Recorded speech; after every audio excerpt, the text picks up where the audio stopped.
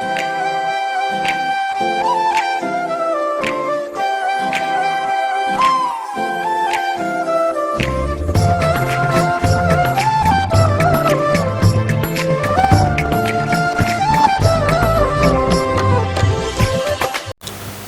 నమస్కారం. మనం ప్రతి శనివారం జరుపుకునే స్వామి భక్తుల సత్సంగానికి శుభాహ్వానం పలుకుతూ, ఈరోజు మనకి కలిచేడు నుంచి ఇద్దరు స్వామి భక్తులు ఇక్కడికి విచ్చేసి ఉన్నారు. వారు గిడిగి అంకయ్య, మేకల వెంకట సుబ్బయ్య గారు. అంకయ్య గారు స్వామికి క్షౌరం చేసిన ధన్యాత్ములు. స్వామిని తాకి ఆయన క్షౌరం చేసిన రోజు చాలా ఆనందంగా ఉండేదని, ఆ రోజు తనకి ఎంతో ఆదాయం కూడా వస్తుందని గుర్తించానని వారు చెప్పారు.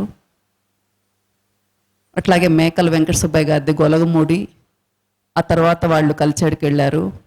గొలగమూడిలో ఉన్నప్పుడు ఆయనకి జ్వరం వస్తే వాళ్ళ నాయనమ్మ చెంగమ్మ గారితో స్వామి దగ్గరికి వెళ్ళారు. స్వామి మండ వేస్తే ఆ జ్వరం తగ్గిన విధానం ఆయన చెప్పింది అద్భుతంగా ఉంది. నెత్తిన ఏదో బరువు తీసుకెళ్ళి భారంగా స్వామి దగ్గరికి వెళ్తే ఆ మండ వేసిన తర్వాత ఆ భారం అంతా దిగిపోయి చాలా హాయిగా ఇంటికి వచ్చాను నేను అని చెప్పారు. అట్లాగే కలిచేడులో ఉన్నప్పుడు స్వామి ఎక్కడికి వెళ్ళాలన్నా బండిలో తీసుకెళ్ళేవారు.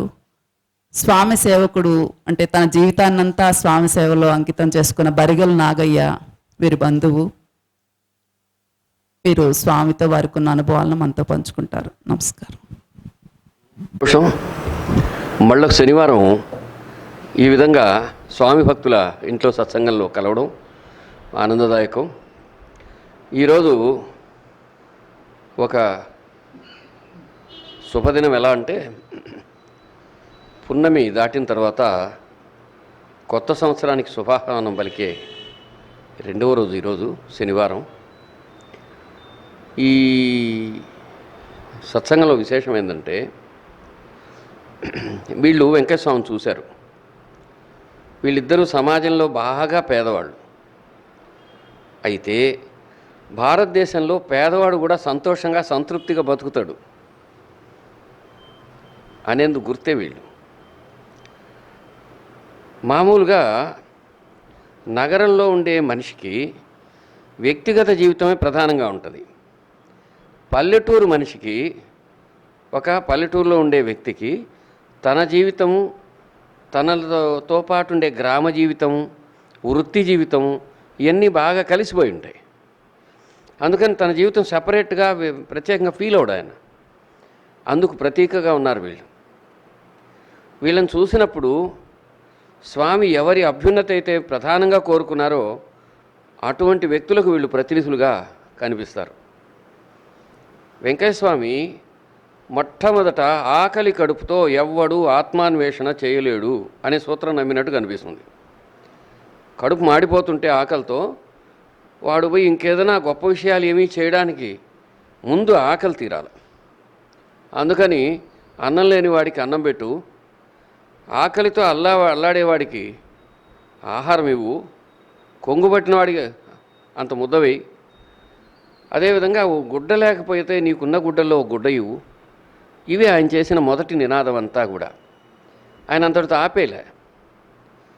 పల్లెటూళ్ళకి వెళ్ళి ఆ ప్రాంతంలో ప్రధానమైన సమస్య నీళ్లు, భూమి, నీరు, శ్రమ చేసేటువంటి ఆలోచన, తర్వాత కలిసికట్టుగా ఉండే లక్షణాలు, వీటన్నిటి మీద వెంకటస్వామి తమదైన తపోరీతితో కృషి చేసినట్టు కనిపిస్తుంది. వాటిని ఎంత వివరంగానే చెప్పవచ్చు. నాకు కళ ఇటీవల కలుగుతోంది. ఆ కళ ఏమిటంటే, కొంతకాలానికి ఏవో కొన్ని విశ్వవిద్యాలయాలలో కొందరు ఈ అంశం మీద పరిశోధించి తీరుతారు. ఆ పరిశోధించినప్పుడు సామాజికంగా ఇట్లా రకరకాల కోణాలలోంచి స్వామి చేసిన కృషి మీద విశేషమైన విశ్లేషణ, విపులీకరణ, వీటి మీద పరిశోధన జరుగుతుంది. అప్పుడు మనకు అనేక కొత్త విషయాలు బయట వస్తాయి. నిజానికి వెంకటస్వామి వారి యొక్క పని అంతా ప్రధానంగా మానవుణ్ణి ప్రధానంగా తీసుకొని, పల్లెటూళ్ళను ప్రధానంగా తీసుకొని, నేలను నమ్ముకున్నవాడు, తర్వాత నీటిని నమ్ముకున్నవాడు, బ్రతుకును నమ్ముకున్న ఒక పేదవాడి జీవితాన్ని ప్రధానంగా తీసుకొని ఆయన తమ ఉద్యమాన్ని ప్రారంభించినట్టు కనిపిస్తుంది. అయితే అది చాలా మామూలుగా సహజంగా జరిగినందువల్ల అది ఇప్పుడు మనం ప్రత్యేకంగా గుర్తించాల్సిన అవసరం ఏర్పడింది. ఆ ప్రాంతంలో ప్రతి రైతు వెంకటస్వామి తపోమహిమ వల్ల ఉపయోగపడ్డాడు అని చెబితే అది ఇప్పటి వాళ్ళకి ఆశ్చర్యకరం. అప్పటి మనిషి అయితే దాన్ని నమ్మలేదు.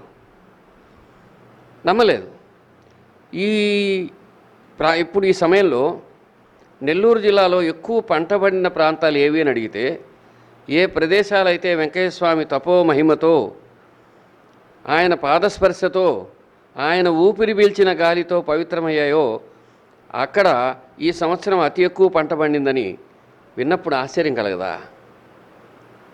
ఈ కరువు సంవత్సరాల్లో కూడా ఒకప్పుడు అది మరీ కాటకంతో అల్లాడిపోయిన ప్రదేశం.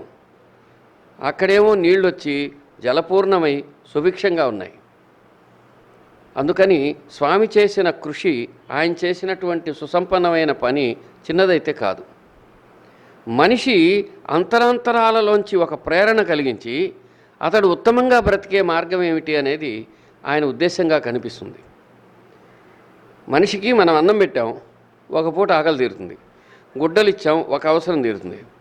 అతనికి ఏదో ఇంకేదైనా ఒక ఉద్యోగం ఇచ్చాం, అతని జీవితంలో ఒక భాగం పూరించబడుతుంది.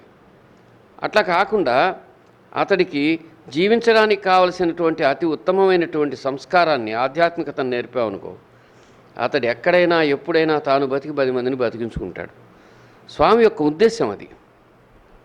స్వామి యొక్క కల్మషం లేని ఆ మహానుభావుడు మనుషులందరికీ మేలు చేయాలని తపించాడు. అందుకు మంచి ఉదాహరణలు కొన్ని ఉన్నాయి.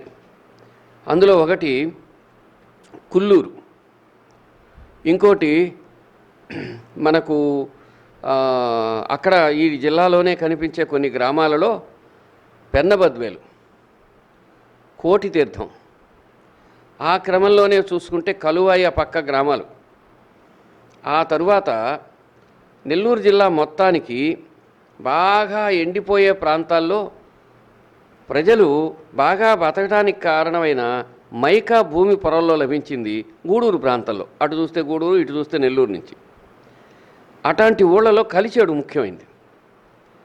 కలిచేడులో అసలు నిజంగా కలిచేడు ఊళ్ళోళ్ళకి ఆ భూమి లోపల పొరలలో పడే మైకా అబ్రకం అది దేనికి ఉపయోగిస్తారు ఇప్పటి వాళ్ళకు కూడా తెలియదు. ఒకటి ఇతర దేశానికి పోద్ది, పెద్ద డబ్బులు ఇస్తారు, మైన్గానే పడిందో వాళ్ళకి బాగా అభివృద్ధి వస్తుంది. ఇవన్నీ మనం అనుకుంటాం. మనలో కొంతమంది అనుకుంటారు, తెలిసి తెలియకో, తెలుసో కొంత తెలుసో కొంత తెలియక, ఏమని అదంతా రాకెట్లలో వాడతారంట, లేకపోతే ఇంకెక్కడో వాడతారట, ఇవి చెప్పుకుంటారు. నిజమే, ఎక్కడన్నా వాడి తర్వాత చెప్పుకుందాం, దాని సబ్జెక్ట్ వేరే. అయితే అది అక్కడ ఎప్పుడైతే భూమి పొరలలో పడిందో వెంటనే ఎంతోమందికి ఆహారం, పని లభించాయి. వెంకటస్వామికి కావాల్సింది అది. కష్టపడతానన్న వాడికి పని కావాలా? పని దొరికి వాడి కడుపు, వాడి కుటుంబపు కడుపు, ఆ ఊరి కడుపు నిండాల. అందుకని ఆయన ఏం చేశాడు? ఒక నిశ్శబ్దంగా తన పని చేస్తాడు. వీళ్ళ ఊళ్ళలో కల్చేళ్ళు ఎప్పుడైతే ఈ అబ్రకపు గనులు అప్పటికి ఊరికే తెలిసి ఉండొచ్చు, ఆయన వచ్చి అక్కడ గుండమేసి లోకహితం కోరి అద్భుతమైన రీతిలో తన ధ్యాన సంపదనంతా ధారబోసాడు. మనలో చాలామందికి, వెంకటస్వామి భక్తులకు కూడా తెలియంది ఏంటంటే, ఒకసారి చాలా ఏళ్ల ముందు ఒక గనిలో కొంతమంది ఇరుక్కోబోయారు. అంతవరకు గని లోపలికి వెళ్ళిపోయారు వాళ్ళు. అది ముందు పడిపోయింది. ఆ లోపల ఉన్న వాళ్ళు చచ్చిపోయారు. నీకు గుర్తుందా? అది ఈయన ప్రత్యక్ష సాక్షి. అక్కడ ఏమైంది, వాళ్ళు, అది రాజగారి మైను, వాళ్ళు 6 అని గుర్తు నాకు. వాళ్ళు ఏమైనారంటే ఇంకెట్లా వాళ్ళు వచ్చే అవకాశమే లేదు. కానీ ఎక్కడి నుంచి వచ్చాడో వెంకటస్వామి అక్కడ కూర్చుని గుండం వేసుకొని అన్నాహారాలు మాని ధ్యానం చేస్తా కూర్చున్నారు. అందరూ చేస్తుంటే మిగతా వాళ్ళు అందరూ ఆశ కోల్పోయారు. ఆ ఇళ్ళ వాళ్ళు కూడా ఆశ కోల్పోయారు. మైనింగ్ తెలిసిన వాళ్ళు ఆశ కోల్పోయారు. వెంకటస్వామి మాత్రం తదేక నిష్టతో తంబూర వాయిస్తాడు, లేకపోతే ధ్యాననిష్ఠుడే అలా కూర్చుంటాడు, ఆ గుండాన్ని చూస్తూ ఉంటాడు. ఎవరో ఆయన అడిగితే చెప్పారట, వాళ్ళు తిరిగి వస్తారయ్యా అని. అప్పుడు బాగా అధికోత్సాహంతో వాళ్ళు పనిచేస్తే తరువాత చాలా గంటల తర్వాత నిజంగా అయితే మైన్ లోపలి భాగాల్లో విషవాయువులు ఉంటాయి. అవి కానీ నిజంగా తగిలితే ఆ మనుషులు బతికే అవకాశం లేదు. కేవలం భగవంతుడి దయ వాళ్ళ ప్రాణాలు, వాళ్ళ కాపురాలు నిలిపాయి. అందుకు తనదైన వంతు తపస్సును, అనుగ్రహాన్ని ఇచ్చిన పరమాత్మ స్వరూపం, నారాయణ స్వరూపం, నిరుపేదల నారాయణుడు, దీనజన బాంధవుడు వెంకటస్వామి. ఆయన అవంతా తనకు సంబంధించిందని ఏమనరు, తను చేయవలసింది చేస్తారు, నిర్లిప్తంగా అక్కడి నుంచి వెళ్ళిపోతారు. ఆయన కొన్నిసార్లు చెప్పారు, ఏం స్వామి ఈ ప్రాంతాల్లో మీరు ఇంత ఎక్కువ ఉంటున్నారే ఏమిటి అని అడిగితే, అయ్యా ఇక్కడ 10 మందికి అన్నం దొరుకుతుందయ్యా. అక్కడ ఆ యజమాని అయిన వారి శ్రేయస్సు మాత్రమే కాదు ఆయనకు కావాల్సింది.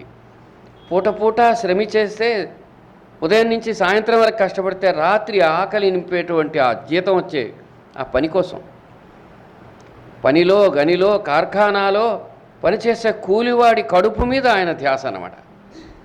అట్లా ఆయన ఎంతోమందికి ఎన్నో చోట్ల అక్కడి నుంచి వచ్చే వాళ్ళందరూ చాలామంది వెంకటస్వామిని చూశారు. అట్లాగే స్వామికి దగ్గరగా ఉన్న వాళ్ళు కొంతమంది కూడా ఆ మైన్స్ తెలిసిన వాళ్ళు ఉన్నారు. నాగయ్య కూడా ఒకడు. ఆ విధంగా ఎంతోమంది ప్రత్యక్షంగా ఆయన కృపను, కరుణను చూశారు, కానీ అర్థం చేసుకునే వాళ్ళు తక్కువ. అదేవిధంగా ఆయన అనేక మందికి భూమి, వెంకటస్వామి అక్కడ మా ఊర్లో పంటలు లేవు, ఈసారి వర్షం పడలేదు, ఏం చేద్దాం అని అడిగితే ఆయన చాలాసార్లు ఫలానా రోజుకు వర్షం వస్తుందయ్యా అని చెప్పేవారు. ఒక్క వాన పడి అయినా ఆ ఊర్లో ఆయనను ఆశ్రయించిన ఊళ్ళలో పంటలు పండేవి. అయితే ఈ జనాలకు కావలసినంత ఆధ్యాత్మిక సంస్కారం లేదు. అందుకని అటువంటి సత్పురుషుణ్ణి ఎలా వినియోగించుకోవడమో చేత రాలేదు. అంటే ఏమిటి, వర్షం పడాలంటే పోయి వెంకటస్వామిని పట్టుకుంటే అవుతుందా అంటే అంతటి భక్తి శ్రద్ధలు గన ఉంటే ఖచ్చితంగా అవుతుంది. ఎలా? ఈరోజు మనం గొలగముడికి వెళితే ఒకప్పుడు గొలగముడి మొత్తం సజ్జ, జొన్న, సజ్జ, రాగి వేసుకునేవాళ్ళు. మొట్టమొదటిసారి ఒకసారి పంట లేదని అక్కడికి పోయి అడిగినప్పుడు, అయ్యా పలానా రోజు వాన వస్తుంది, ఈసారి తెల్లన్నం దొరుకుతుంది ఇక్కడ. అప్పుడే మొట్టమొదటిసారి ఈ వడ్లు తక్కువ కాలపు వెరైటీలు వచ్చి అక్కడ వేశారు. ఆ విధంగా మనం పోయేటప్పుడు గొలగముడి మందిరానికి దారిలో చూసే పంట పొలాలన్నీ స్వామి కృపాప్రసాదాలుగా మనం భావించవచ్చును. అంచేత అవి ఎంతో ఎంతో ఎంతో మనకు దృష్టికి ఆనందంతటి గొప్ప అంశాలు అందులో ఉన్నాయి. అంతేకాదు ఒక ఒక ఒక దగ్గర పంట పూర్తిగా ఇంకెండిపోద్ది రేపటికి. స్వామి రేపటి నుంచి పశువులు తోలేద్దాం అనుకుంటున్నాం, తాలు కోసేసుకుందాం అనుకుంటే ఆయనకు చెప్పుకున్న ఒక్క ఊరిలో కూడా అలా జరగలేదు. ఇక్కడ మనం గుర్తించాల్సింది ఏంటంటే, మన ప్రాచీన ఋషీశ్వరులు అందరూ సైంటిస్టులు. ఇప్పుడు సైంటిస్టులు ఎట్లా ఉన్నారో భారతదేశంలో ఋషులు అలా ఉన్నారు. అట్లాంటి వాళ్ళలో వేదవ్యాసుడు ఒకరు. ఆ వ్యాసుడు ఒక మాట రాశాడు. ఆయన రాసిన భాగవతంలో, భారతంలో, విరాట పర్వంలో కూడా ఆ ప్రస్తావన ఉంది. ఎక్కడైతే మహాత్ములు ఉంటారో, ధర్మాత్ములు ఉంటారో, తపోనిష్ఠులు ఉంటారో అక్కడ సక్రమంగా వర్షము, పంట, పొలాలు ఉంటాయి, బాగుంటుంది, జీవితం బాగుంటుంది, రోగాలు రోషులు ఉండవు అని. ఆ ప్రాంతంలో ఏ దేశంలో దాక్కునున్నారో పాండవులు తెలుసుకోవడానికి వాళ్ళు విరాటరాజు దగ్గర ఉండొచ్చు. అక్కడే పంటలు బాగున్నాయి, ప్రజలు సుభిక్షంగా ఉన్నారు, రోగాలు లోషులు లేవు, వర్షాలు పడుతున్నాయి, అన్నీ బాగున్నాయి, ఆవుల మందలు బాగున్నాయి, అందుకే అక్కడ ఉత్తర గోగ్రహణం చేస్తారు. అంటే అర్థమైంది, మహాత్ములు ఉన్న చోట, ధర్మాత్ములు ఉన్న చోట అని. అట్లాగే భాగవత కథలో ఎవరిని సుఖమహర్షిని తీసుకెళ్తే అక్కడ ఆ ప్రాంతం సుభిక్షం అవుతుందని ప్రజలు తీసుకెళ్తారు ఆయన. ఆ విధంగా ప్రాచీన ధర్మంలో ఋషి ఎక్కడైతే ఉంటారో అక్కడ ఉత్తమమైనటువంటి ప్రకృతి దాని సంస్కారం ఉంటుందని మనం చెప్పిన దేశం మనది. అందుకని మనం దాన్ని విస్మరించకుండా గన ఉన్నట్టయితే, వెంకటస్వామి కొన్నిసార్లు చెప్పాడు, అయ్యా మీరు భగవన్నామం చెయ్యండి, మీ ప్రాంతం బాగుంటుంది అని. ఈరోజు మనం అందరం చెట్లు నాటుదాం అనుకుంటున్నాం. ఆ రోజులలోనే వెంకటస్వామి ఎన్ని చెట్లో నాటాడు, ఎన్ని చెట్లకో నీళ్లు బారించారు. అల్పమైన జీవులు కూడా బతికితేనే ఈ ప్రకృతిలో సమతౌల్యత ఉంటుందని చెప్పారు. భూమి పొరల లోపల ఉండే జీవులు కూడా బతకాలి కదయా అన్నారు. అందుకని స్వామి యొక్క అంతర్దృష్టి చాలా సుదీర్ఘము, సుదూరము, సువిశాలము, భావయుక్తము అయినది. కాబట్టి వీళ్ళు ఆయన స్వయంగా చూశారు. ఆయన అర్థమైన తమ పరిధిలో తమకు అర్థమైనంత వరకు కూడా ఆయన ప్రత్యక్షంగా దర్శించిన ధన్యమైన వారు వీరు. ఆయనేమో క్షౌరం చేస్తాడు, ఈయనేమో వ్యవసాయం చేసుకుని మేకల్ని, గొర్రెల్ని మేపుతారు.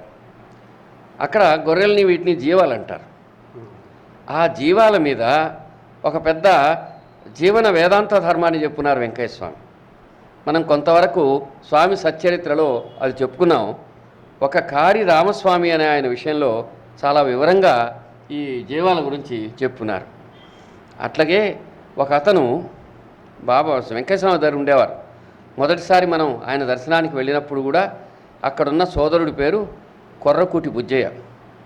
ఆ బుజ్జయ్య ఒకసారి గొర్రెలు అమ్ముకోవడానికి వచ్చాడు. అతను ఏమని వెంకయ్య స్వామి అన్నాడు, అయ్యా కటిక వాళ్ళకు అమ్మొద్దు, చాక్కునే వాళ్ళకు అమ్ము అని.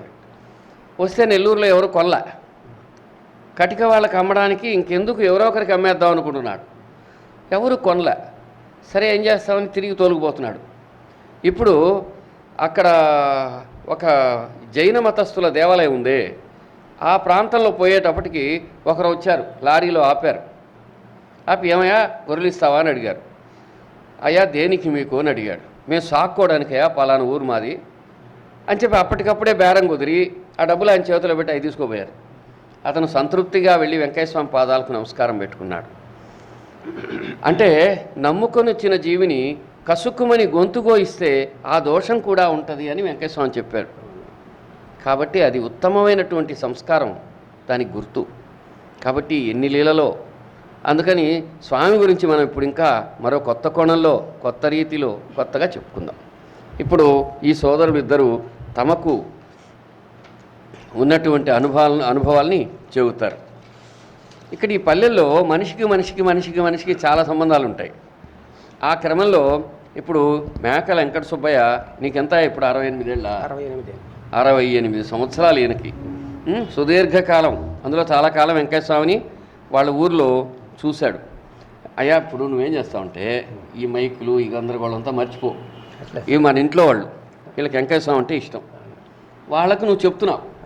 మధ్య మధ్యలో మన ఇద్దరం మాట్లాడుకుంటాం అంతే. దీనివల్ల ఏం ఉపయోగం? స్వామి గురించి 10 మందికి తెలుస్తుంది. తర్వాత మనం ఈ భూమి వదిలిపోయిన తర్వాత కూడా ఈరోజు మనం చేస్తున్న ఈ పని ప్రపంచానికి అందుతూనే ఉంటుంది. ఈ 2 సుగుణాలు దీనికి. కాబట్టి అది చేయటానికి మీకు తెలిసినంత వరకు మీకు గుర్తున్నది చెప్పండి. చాలా సంతోషం. వెంకట సుబ్బయ్య మాట్లాడతాడు.